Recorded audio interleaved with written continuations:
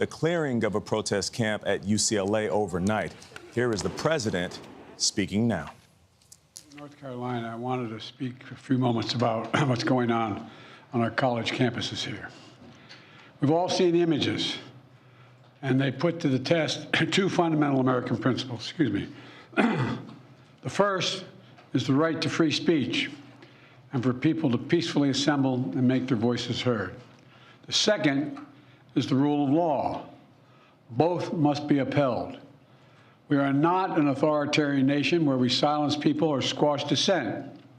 The American people are heard. In fact, peaceful protest is in the best tradition of how Americans respond to consequential issues. But neither are we a lawless country. We are a civil society, and order must prevail. Throughout our history, we've often faced moments like this because we are a big, diverse, free-thinking, and freedom-loving nation. In moments like this, there are always those who rush in to score political points. But this isn't a moment for politics. It's a moment for clarity. So let me be clear. Peaceful protest in America. Violent protest is not protected. Peaceful protest is. It's against the law when violence occurs. Destroying property is not a peaceful protest. It's against the law. Vandalism, trespassing, breaking windows, shutting down campuses, forcing the cancellation of classes and graduations. None of this is a peaceful protest.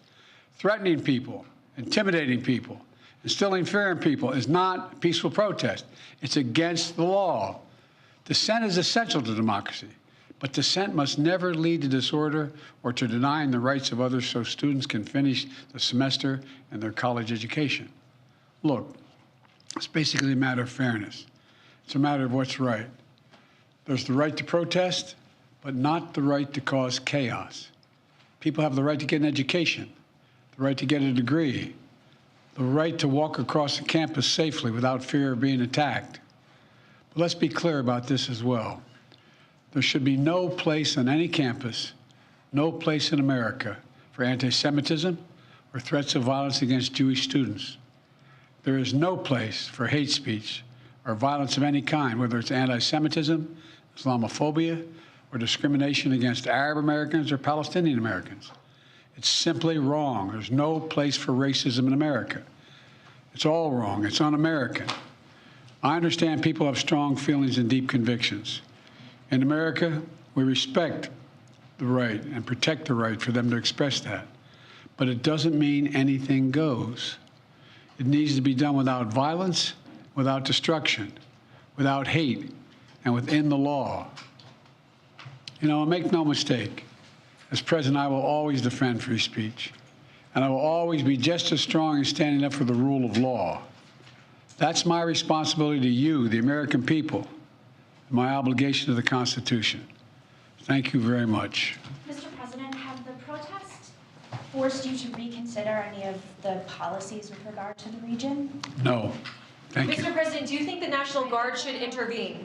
No. Mr. President, Do you agree with what the students are calling for? Mr. President, the former president said that Well, it seems like the president is not taking questions right now. Let's go to Ed O'Keefe at the White House.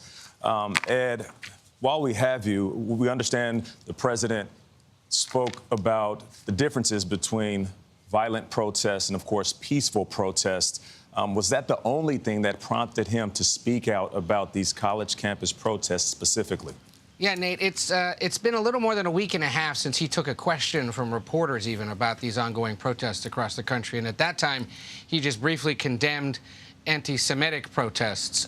In this case, however, now, after we've seen images across the country in New York, Wisconsin, and this morning in Los Angeles of campuses being cleared by police with protesters either refusing to go or having caused vandalism or violence, the White House felt compelled to have him come out and speak this morning. They had announced yesterday that he plans to give a more formal address next week about the rise of anti-Semitism since the October 7th attacks in the Middle East. But now this morning felt compelled, given the images that we've seen overnight in the Los Angeles area. You heard there at the end, you got to watch him until he leaves the room. And in that case there, he said there will be no change in U.S. policy towards what's unfolding in the Middle East, and he does not agree with those, including Republicans in Congress, who have called for the National Guard to be deployed to protect campuses and Jewish students who are trying to finish the academic year.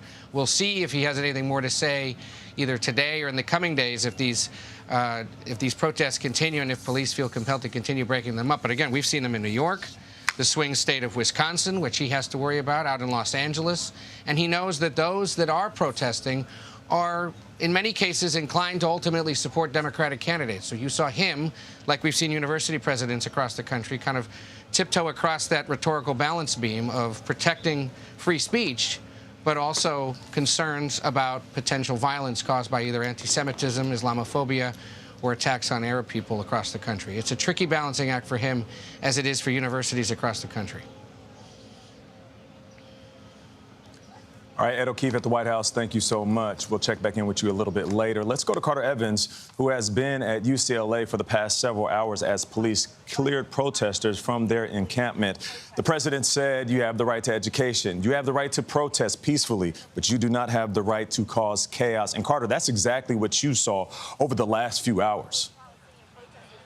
Yeah, we saw a lot of chaos here. The protesters in the encampment would say, though, that most of the chaos was directed at them, that they were peaceful, although there was some resistance when police did show up. So, and also, this is the center of campus here, and this is blocked off for more than a week. So this is a public place, and people did not have access. Schools, classes are out.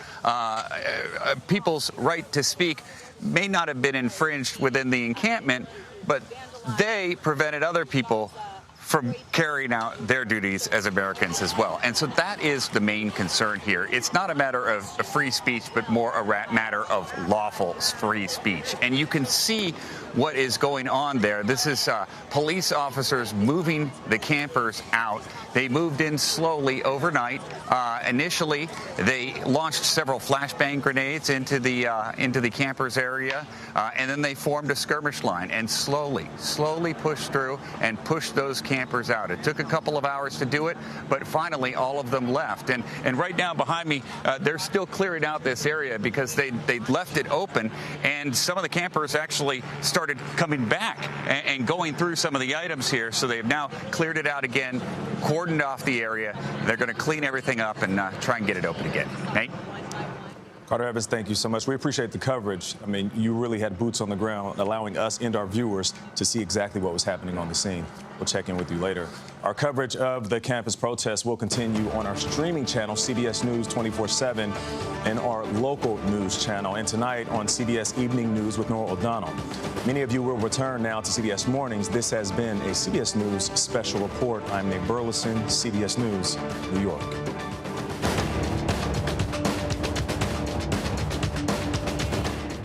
We've just been listening to the president where he made comments about the encampments on college campuses, talking about peaceful protest is okay, but you cannot be disruptive. UCLA, they have cleared out the encampment there. So joining us now on the phone is CBS News national security contributor Sam Vinograd, and she's a former assistant secretary for counterterrorism and threat prevention at the Department of Homeland Security. Sam, one of the things that President Biden said on his way out, often the questions or answers or non-answers are more interesting than the remarks. 100%. He was asked whether or not the National Guard should be brought in, and he said no. What do you make of President Biden's remarks? Well, let's remember why President Biden likely came out today after weeks of calls for him to do exactly this. We are facing a public safety crisis in this country. State and local officials have been trying to contain that public safety risk in cities and towns and states across the country and have been, in many jurisdictions, unsuccessful. The decision to put the president out today was likely driven by collective analysis from security officials as well as other members of his senior team that he needed to reassure the public that he was not just being briefed on what's happening across the country, but that he is prepared to advise on policies and operational matters to ensure that public safety is maintained all across the country. That was the impetus for why he came out today. In terms of his being questioned about the National Guard, there is a long way to go at the state and local level prior to calling in reinforcements from the National Guard or from other federal authorities. We did see at UCLA California state officials on the ground helping to de-escalate the situation there. So well before federal authorities would become involved, Anne-Marie, and I was involved in this operational planning, well before federal authorities would become involved or members of the military like the National Guard, there are a range of options that state, local, tribal, and territorial jurisdictions can draw on prior to that. And so, Sam, what power and responsibility does President Biden have in this situation? I mean, he doesn't really have authority over university presidents. Perhaps that was the reason why that question regarding the National Guard was pertinent, because that is one area the president does have, but he's not prepared to exercise it.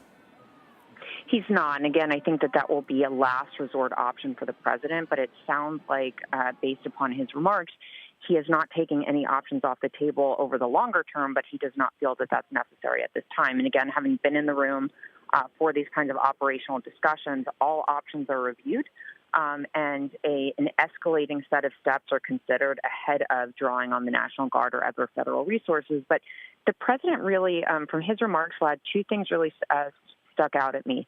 Number one, he very much, of course, vocally supported the right to peacefully protest in this country and the broader protections under the First Amendment. But he did indicate that not everything is admissible and not everything is covered by the First Amendment, and really clearly called out the hateful rhetoric and the criminal activity that's taking place. So he did not make this a zero-sum game. He indicated there's a spectrum here, and that's how it's viewed in the eyes of law enforcement as well.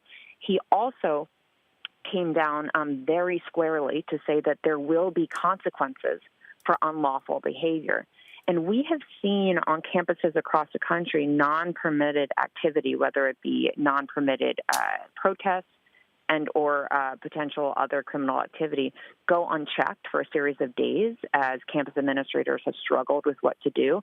The president said very clearly that if something is unlawful, that the rule of law will hold. And I think that those were two really important messages for the president to deliver, even though ultimately right now punitive measures are, of course, at the state and local level. All right, Sam Vinograd, always great to have your analysis. Thank you very much. We appreciate it. For more on the president's remarks, let's go to Ed O'Keefe at the White House. Ed, so let's talk about what we just heard from the president. Even before we talk about that, Ed, what compelled the president at this moment to make these remarks? Because he had been fairly silent over the last several weeks. He had, Vlad. In fact, it's been a little more than a week and a half since he took a question on this from a reporter and then condemned the anti-Semitic protests that have been held across the country. A senior White House official I've just heard from explaining why it is the president wanted to do this now says that given the number of violent incidents over the past 48 hours, he felt compelled to speak out. Remember, we're referring now to the ones at Columbia University in New York, what we've seen at UCLA this morning. There have been other removals at places like the University of Wisconsin and Madison and some others that are underway across the country right now. The president, this senior official tells me, wanted to speak out, quote, to discourage violence and ensure that protests remain peaceful. And that's essentially what we heard him say. Walk that difficult balance that university presidents, that mayors and governors have been trying to walk over the last several days as they deal with these sudden encampments on campuses or in other public places and allow for First Amendment protest rights to be carried out. But then the concern that academic buildings and other public places are being overtaken. And in the case of New York City, at least, the accusation that many of those participating in this might be outside agitators, although Mayor Adams in New York, at least, once again this morning is coming up short in explaining who exactly these outsiders were that weren't necessarily students at Columbia University. So the president speaking now ahead of a visit this morning to North Carolina, and talk about presidential whiplash. He's going to go from this situation to the one earlier this week in Charlotte where you saw 4 police officers killed. He'll be meeting with the families of those officers before then going to an event in Wilmington, North Carolina, to talk about the economy and infrastructure, which had been the whole basis of the day originally, as he tries to campaign in that battleground state. And look, politically, he's hearing from fellow Democrats, from fellow Democratic office holders across the country. We need some presidential leadership, some insertion of presidential rhetoric into this debate, a signal to the country, please keep it peaceful, reiterate his concerns about anti-Semitic behavior, Islamophobia, and whatnot. And remember, yesterday the White House announced he'll be giving a speech next Tuesday on anti-Semitism specifically, which has been a growing concern here at the White House among those that advise him on not only foreign affairs but homeland security matters as well. And of course, it's been a big topic of focus for the second gentleman, Doug Emhoff, who's the first Jewish person to serve in either of those roles. And so we'll see what he has to say next Tuesday when he speaks out, and if he says anything else between now and then. And you may hear the whir of Marine One now landing in the back, preparing to take him off to North Carolina later this morning. All right. Ed, thank you. Let's get you back over to Times Square, where CBS Mornings continues after the break.